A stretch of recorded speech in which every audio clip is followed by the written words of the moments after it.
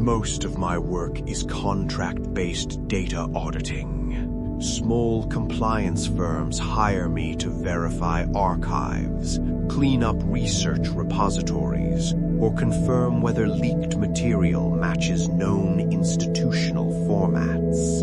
It's repetitive. I work late because that's when clients stop sending emails. I keep mirrored drives, checksum logs, and a habit of documenting everything, even when it doesn't seem important. That part is just routine now. I spend time on fringe forums, mostly because that's where abandoned datasets surface first. Not everything on the dark web is dramatic. A lot of it is just poorly maintained mirrors of things that were supposed to be deleted. I didn't think much of it the night I found the thread. It was a single post, no replies. The subject line was neutral, something like retired psych study, re-upload. Inside there was a checksum, a note about a dead onion link, and a mirror timestamp. No commentary, no warning language. I logged the time because I always do. 0147 local. I was tired enough to consider ignoring it, but the checksum format caught my attention. It matched the conventions I'd seen in university and government repositories. That doesn't mean legitimacy, but it narrows the field. I opened the mirror through a sandboxed environment, checked the directory tree before touching anything. The folders were labeled by year and internal project code, not by subject matter. Read-only permissions across the board. The interface felt administrative. Plain HTML index, no branding, no attempt to conceal or dramatize anything. I didn't get the sense it was trying to attract attention. If anything, it looked like something that had been left where it was last used. I remember noticing the metadata headers. They were consistent. Author fields redacted, revision histories intact, but truncated. I downloaded the archive because that's what I do when something appears structurally sound, but contextually abandoned. I didn't treat it as a discovery, more like a maintenance task I hadn't been asked to do yet. While the files transferred, I made coffee and checked the integrity logs from earlier work. Nothing unusual there. Once the download completed, I ran a verification pass. No corruption. The internal naming conventions were familiar. Ethics review folders, consent form templates, internal correspondence directories. Looking back, that familiarity probably mattered more than I admitted at the time. I noted that the formatting matched real academic and government research repositories I'd handled before. At that point, it still felt like just another retired data set, something that had ended quietly and been forgotten. The archive opened into a structure that made sense immediately. There was a top-level directory with the project code, then subfolders split by quarter. Inside those were the usual components: consent documentation, ethics review material, internal correspondence, and a data directory broken down by participant ID. Nothing was labeled in plain language. Everything assumed the reader already knew what the study was. I started with the consent forms because that's usually where context leaks through. They were standard templates, mostly boilerplate, but with unusually broad language around data reuse and long-term storage. Dates and signatures were present, though several names were redacted at the source rather than masked later. The ethics board waivers were filed separately. They referenced expedited review paths and exception clauses.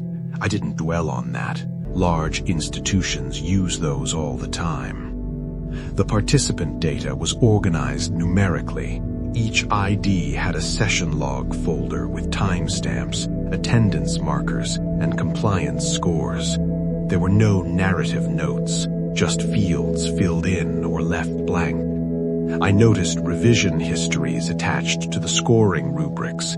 The definitions changed over time. What counted as baseline in early sessions wasn't the same later. I assumed that was methodological adjustment. It happens when early assumptions don't hold. As I moved through later quarters, the tone of the documentation shifted. Early correspondence read like academic discussion. Later emails were shorter, more procedural. Phrases like per protocol and resource constraint replaced discussion entirely. Dropout rates increased. The explanations were consistent across files, almost copy-pasted. Participant withdrawal, non-compliance, no elaboration. There were image directories, but the files themselves were redacted. Only captions remained. Asset IDs, camera positions, room numbers. Test room B, session 14. Observation corridor, camera 3.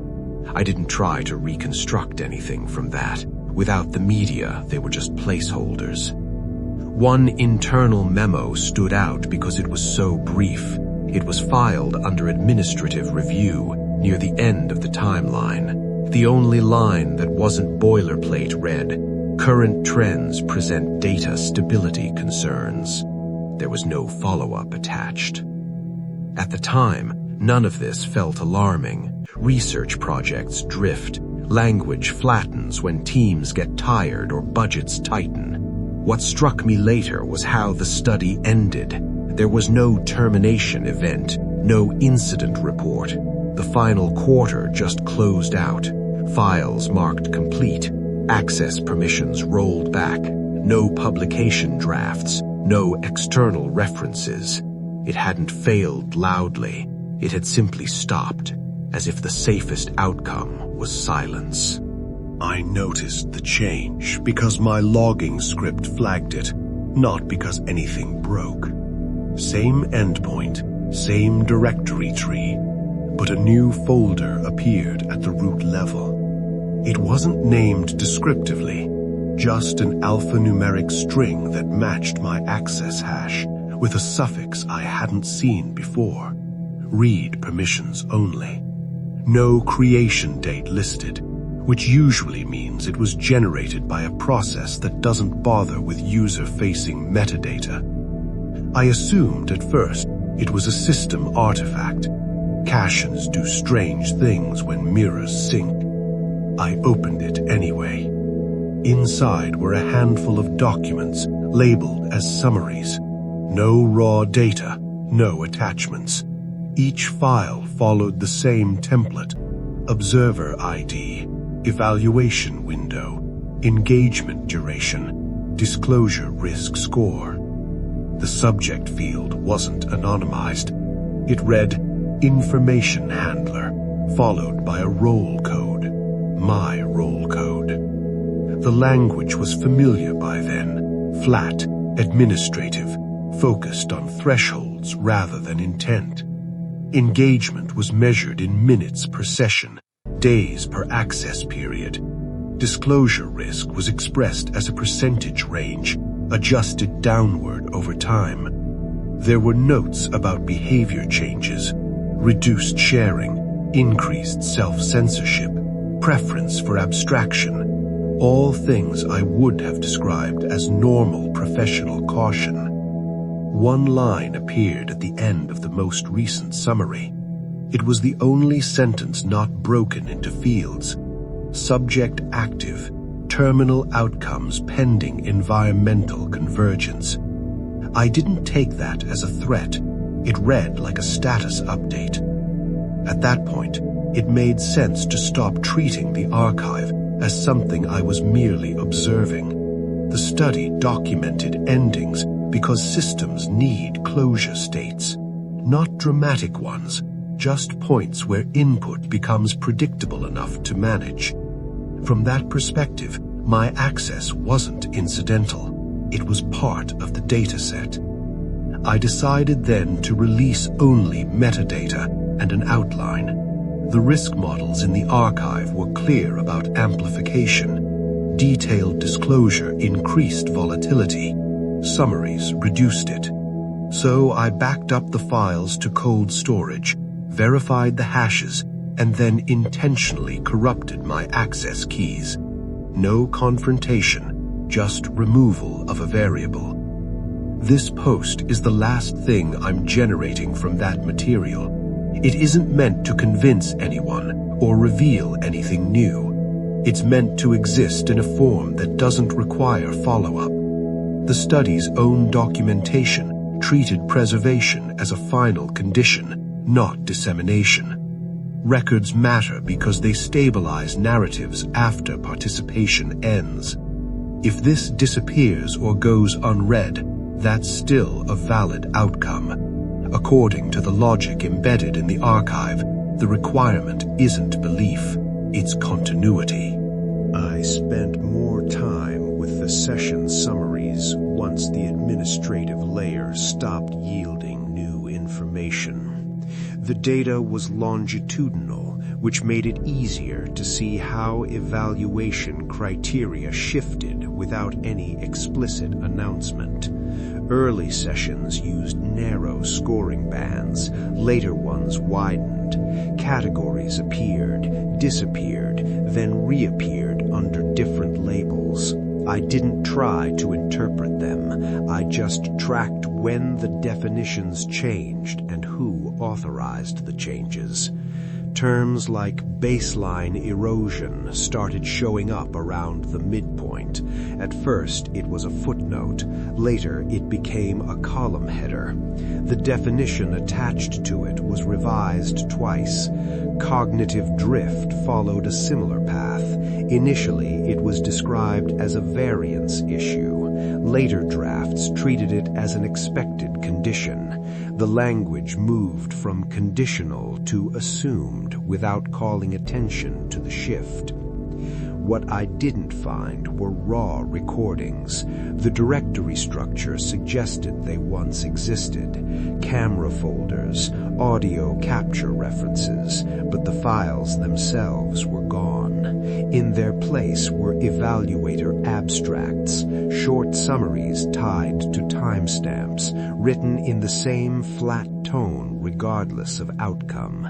I couldn't tell whether that was intentional redaction or post-study cleanup. Either way, it meant the only surviving record was interpretation, not observation. Oversight documentation reflected the same pattern. Early on, there were full committee reviews listed with multiple signatories. As the study progressed, those committees fragmented. Subcommittees took over. Eventually, approvals were logged under role titles rather than names. Responsibility didn't vanish, it diffused. No single department owned outcomes anymore. They owned metrics. There was a termination report addressed to the research team near the end of the archive. It wasn't dramatic. It read like a closure notice. One line stood out because it was the only sentence that acknowledged people at all. Further subject monitoring is no longer required to meet continuity objectives. That was the closest thing to a conclusion I found. Looking back, what's striking is how little attention was paid to participant well-being compared to data continuity. Withdrawal wasn't framed as harm, it was treated as noise. The goal wasn't retention or recovery, it was trend stabilization. Even negative outcomes were valuable if they were consistent. At the time, I didn't think of this as unusual. Large studies often lose their human focus once they scale. What unsettled me later was the implication that the subjects were never the point. The study wasn't asking how people break down, it was measuring how systems adapt when human reliability declines and stops being something you can fix. I didn't find the policy material by searching for it. It was already there, sitting alongside the study folders, labeled as derivative planning. That phrasing made me assume it was internal housekeeping. Large projects generate drafts that never go anywhere. I opened it the same way I had everything else, expecting context notes or budget summaries. Instead, the folders contained draft guidelines, contingency matrices, and training modules. They were formatted differently from the study documents, but built on the same internal vocabulary. Section headers referenced outcome categories I recognized from the data logs. Where the study used participant IDs, these documents used abstract roles: operator, reviewer, dependent unit.